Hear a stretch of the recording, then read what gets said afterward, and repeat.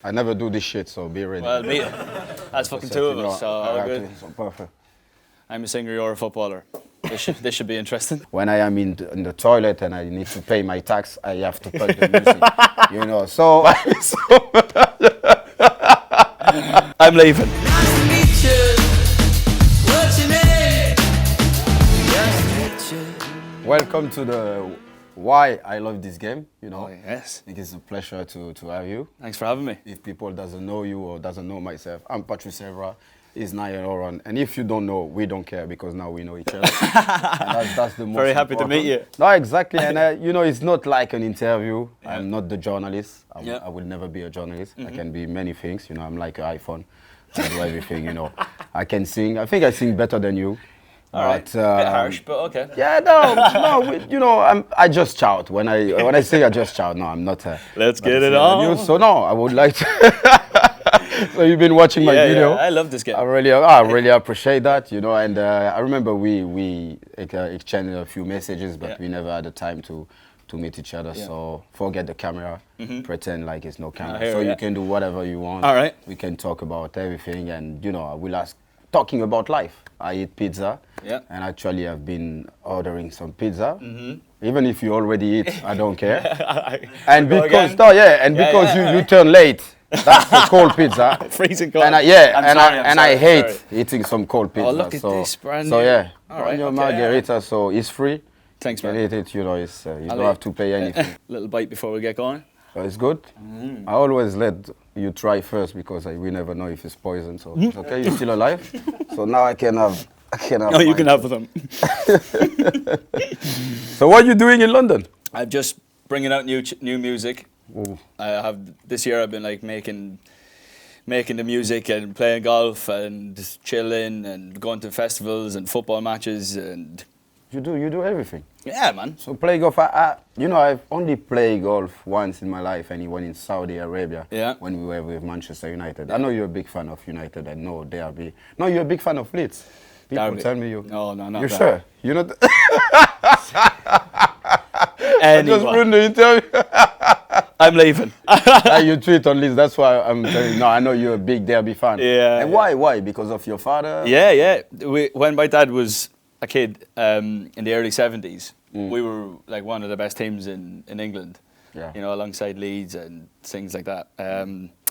We won the league and he became, you know, when you're 9, 10, you live in Ireland, barely TVs, and he heard about Derby County, and then thankfully he chose Derby County over Leeds, and then since I was a kid we would go nearly every week. Wow. Over to Derby. You know, he didn't make a lot of money, but the money he did make was to bring us to Ireland football games and Derby County. You know, I talked with Wayne Rooney is coming. I think in December. Yeah, the Derby. The Derby to be a player and after maybe become as a manager. Yeah. So hopefully, well, he can score goals anywhere. That guy. Yeah. So hopefully in January he can. I mean, we're not doing very good at the moment, but hopefully if he can score a few goals, we'll have half a chance. Actually, I was like coaching the under 18 of Manchester United 2 weeks ago, and Derby beat us 5-1. Good. So the new generation look good. Really good. Last year they won the Premier League. Okay. The under 18s. Yeah. So it feels like it's good. I just need to start using some of those guys in the first team. Weirdly enough, I've never really supported a good football team in my life. Ireland were good. Yeah. Derby were good. Not in my lifetime. So you've been a mascot, apparently. Yeah. I was mascot when I was 12, maybe, for an old mascot. It's quite tall for a mascot, but not tall now. When I was at Luton Town away for Derby, and it was crazy. Like, you watch all these, you're jealous of every kid every week walking out the tunnel holding a hat. Yeah, and it was a good experience. The players were really nice to me, and it was really cool. And I've met some of those players since that were played in this team, and they were they actually said they got told it was me, and they remember me being there because I was like this, chatting to the players like they were my best friends. Wow. You know, so they remembered me being like the chatty loud one. No, also you're a big fan of golf. Yeah. Like you good? Yeah, I like to play. I play off a handicap of 8, and I know nothing about golf. I mean, I'm all right. I'm a good average player. You know what I mean? I'm better than mediocre. You got time to enjoy life, because people, like I say before, they think we are not. We have to sacrifice many things. You Of course. know? In my career, I think I sacrificed many things. Now you see, I can, because I retire, I can do those crazy videos and make people happy, because this is me. You know, I don't like to be fake. I'm like real. You know, so you must be like the same. That's why I wrote to you and the messages, because we footballers are probably the most closed off people in terms of entertainment, and because they're part of a team, you never get to see individual personalities. All I knew is that you were hard as nails and very hard to play football against. It's like Thank you. I just pay him. You know, I will send you the transfer after the. He's going to pay me in cold pizza. After the chat. But I didn't know that you had this crazy side to you. Yes, I imagine like the fans, you know, they must like scream, being crazy. What about like how you react to that? You happy with that, or you know, sometimes it's not easy, you know, especially if you are with your family. You know, it's not easy. Yeah, no, like I understand why people do it. They're very passionate, you know, like you know, people love football, people love music, and when they see you, they don't really know what to do. Kind of lose their shit a little bit, but that's fine. I understand it. I've seen enough of it to know that how to react to it. It's not like, it's not normal to walk into your coffee shop and see Patrice Evra, you know, like the superstar footballer, but in your head, you're just a normal. Yeah, that's why. Yeah, no, exactly. I remember I went to a shop one day, and they just came and I couldn't breathe. So I get that scared. Sometimes. You play football. I saw you in soccer age. You play like with like some big player. And why you think you couldn't be like a good player? Or what stopped you, or what is the music just came? The music was more important than the football? Yeah, no, I was okay when I was a kid. I just had very bad knees. This one I had reconstruction 2014. And I did, actually the year previous, we went, myself and some of the boys, we went to Real Madrid training, and Mourinho was the manager. And Mourinho's daughter came to our show. When I was getting my knee done, I said to her, you know, could your dad help me maybe find physio, or I can help? And then he texted me and said, come to Chelsea. So I went to Chelsea, and every day for 5 months, I went every day to the training ground with the training kit and in the treatment room with the boys, and it was a great experience. Great experience for what could have been a terrible time, because if I didn't have that, it would have been depressing. No, but exactly. That's why, like, sometimes we got like difficult moment, but that is about also why I always say I love this game. Actually, it's about I love my life. You know, people think I'm just like this because maybe I'm famous and a little bit rich. So no, I just say it like because that's the positive energy. You always, you know, when I was young, and my brother can testimony, I was like begging in front of shop, asking to people like some money just to buy a sandwich. But even on that time, and it was a difficult time, I was still, you know, loving this game, loving life, you know, and that's really important. Yeah, I was the same. We didn't have much when I was growing up, but that's what you have in front of you, so you just deal with it and have fun with it. And then things change, and it happens to some people, and it doesn't happen to other people. But we love this game. We always love this game. And what about you backpacking, like going to that tour? Like it must be like crazy. I want to do that kind of stuff. It was good, and it was a lot easier than I thought. Okay. I went to Southeast Asia with some of my cousins, and we went for like 9 weeks in staying like not very nice places, and went around on scooters and had one little rucksack. Went to Thailand, Philippines, Vietnam, Cambodia, Indonesia. Wow. Yeah, and we did it. Jealous, man. Yeah, no, it was really good. I really want to do those kind of trips. More easy than I thought, actually, because like I think because we walk the street and people want to take photos. I think we feel like that's going to happen everywhere we go. Okay. But I had a hat on, wore sunglasses all the time, tried to blend in with everyone. Yeah. And then some people would say to me, you know, like I would go to like a hostel for a drink in the evenings in Asia, and they would say, you know, fair play for trying to do the normal things, and they would actually just leave you alone, which was I thought was really cool. That's why I love, like, you know, when we travel around the world and people are so nice. So that's why I feel like blessed and lucky, you know, because like some teacher, you know, when I was young, come to the class and they were like, what you want to become later. All my friends, they were saying like lawyers or I don't know, policeman, fireman, doctor.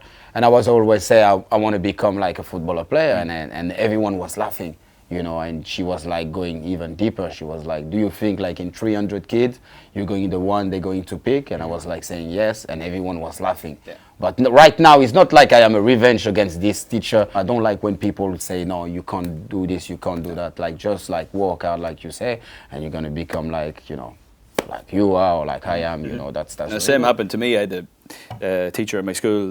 It was actually, weirdly enough, a French book that I couldn't afford to buy. Yeah. So I was kind of missing school because I was more interested in music than I was or anything else. And he said, like, you know, the music thing is going to be too hard and you're probably not going to make it, and blah, blah, blah. So completely understand. So then, as part of revenge, I gave him a plaque for 85 million albums. I love that. I love this game. And now I'm talking. And now he has it in his office. So no dig to him, but I'm glad he said it. Yeah. Because I got. Woo, I love you. I got fired up. What's your next album? What did inspire you, like when you do an album? What you're doing? Because I want to know what, like, you're going to the studio. You need to, I don't know, to watch a movie, to read some book before to inspire. What inspiring you in life? My first album was very chilled out, very acoustic guitar, and very kind of nearly emotional, if you like. But that's how I was feeling at the time. Then this album, last year I toured for the whole year, and I could look in the crowd and see what really got the people going, you know, like the rocky stuff. You know, people like to cry in concerts, people like to dance, people like to sing along, so you have to have a good balance. And I just knew by people's faces what they needed, so this time I was like, I'm just going to go and write some good, fun pop songs and see how they turn out. But it was a really fun experience, and the new song that I have coming out, it really sums that up. It's just a lot of fun. Like, I've had a really fun year. Like, I've never been so excited to go back to work, if you like. Because, you know, I've chilled out this year. I've made my music. I've played a bit of golf. I've been on holiday. I've been to festivals and on. You know, as I said at the start, but now I'm ready to go, and the music feels good. You know, I didn't have any idol when I was a kid. Really? Yeah. And you? Me, I didn't. Really? Yeah, no footballer? Like, no, yeah, people ask me every time. I love Romario, you know, from the striker from Brazil, but I never had any idol. And do you have, like... Yeah, I grew up on... I still do, like Bruce Springsteen. He's to me, like a complete legend. And like when I think of rock stars that I would like to be, I think like him. Like controlling the crowd, big crowds, play for a long time, give the fans their value for their money, I suppose. Music inspires me. Like, I am someone, I know people, the first things they do when they go to their flat or they turn on the TV, me is about the music. Like, even like later I will have to go to Paris. When I pack my bag, I need to put music. When I have my shower, I need to put music, you know. When I am in the toilet and I need to pay my tax, I have to put the music, you know. So, yeah, music inspires me so much. This guy, when I'm on the toilet and I need to pay my tax. Yeah, exactly. Brilliant. What do you do in the toilet? Here comes the money! We keep talking about everything, but I would like to know how did it happen, like all this success and, you know, how you become like Niall Horan. You always been Niall Horan, but the big one, the famous one, how it happened?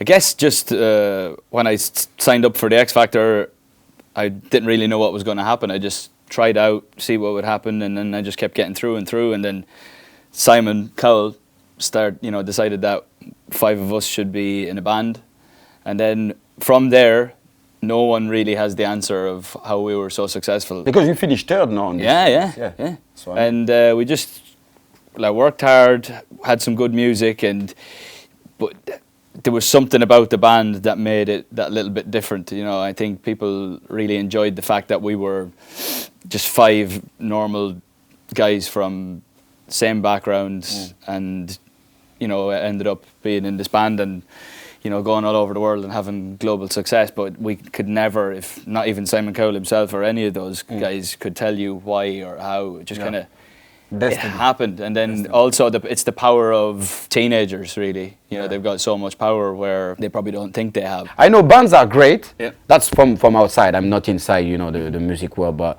they are great, but it's every time like a clash when they have to separate. But you can't like be a group band because sometimes you got like your, I don't know, your creativity. Sometimes you want to do your own idea, your own stuff. So that's why after you separate and you do your, you know, your solo career. But actually, you know, it was great for you. It was good. No, within the band, because there was never really like major clash, but it's always the small things. It's like being any, like, you know, if you're in training and the same guy just keeps, you're gonna, at one point you're gonna go, hey, you know, you're gonna go for him, you know. Second time, boom, boom, bang, see ya. See you later. Boom, bang, good bang. night, bonne nuit.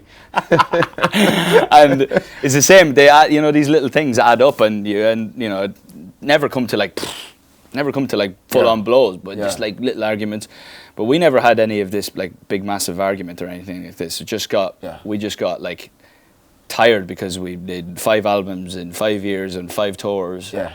So you end up like by 22 you're like you know, tired. But you're still in touch? Yeah, of course, yeah, you know. In touch, everyone's doing their own type of music, and that's why there's no real rivalry, because we do different types of music. It's been really fun. I'm having fun at what I'm doing now. You know, the first album did really well, and it was a shock to me also. I know before you came, you're a good guy. I love that. I'm really happy to share that chat, and I hope like our friendship will grow up. Yeah, please, yeah. I hope you enjoyed that little show, but me, I enjoy it and can't wait to meet you again really soon. 100%. Take care and let's go. Nice to see you, man. Thanks very much.